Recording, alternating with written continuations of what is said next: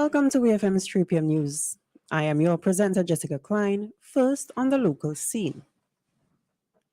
Construction work on the St. Vincent and the Grenadines Acute Referral Hospital has been pushed back to October or November 2023. The this year.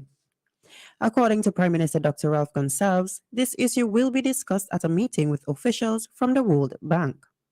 He said the design, which was done by international consultants, was reviewed by another World Bank consultant, and then there was a review of the review because it was a large project, and some suggestions for all of them for the better have been made.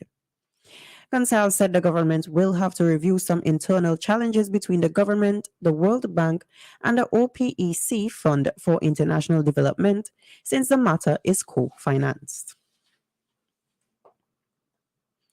A joint operation between members of the Narcotics, Rapid Response and Special Services Unit, which was conducted in Bower Mountain, Georgetown on Thursday, 2nd February 2023, resulted in the discovery of guns and ammunition.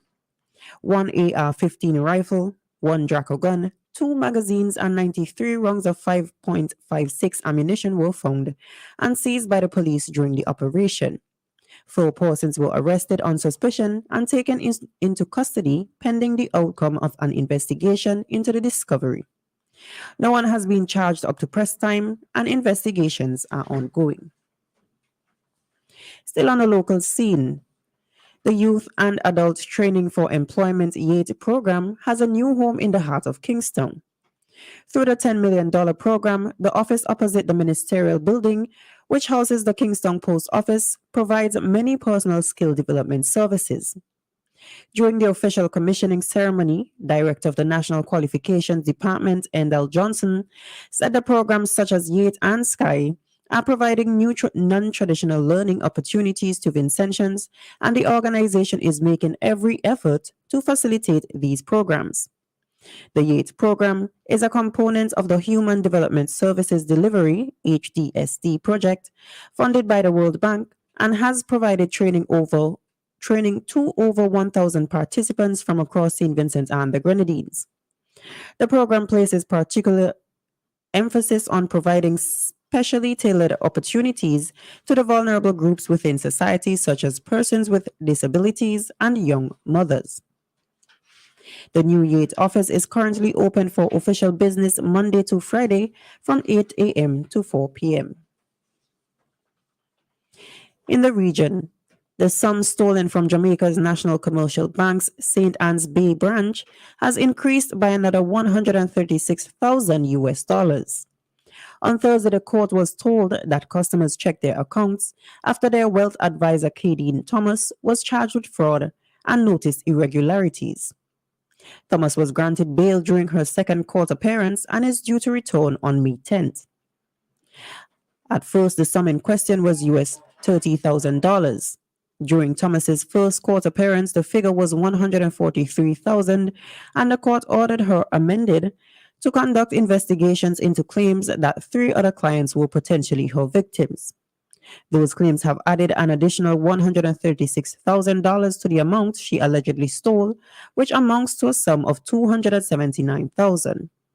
Thomas was granted bail in the sum of $5 million based on the sum of money that was allegedly stolen. Still on the regional scene, the arrest of a suspect by police in Guyana on Wednesday, 1st February, has erupted into protest.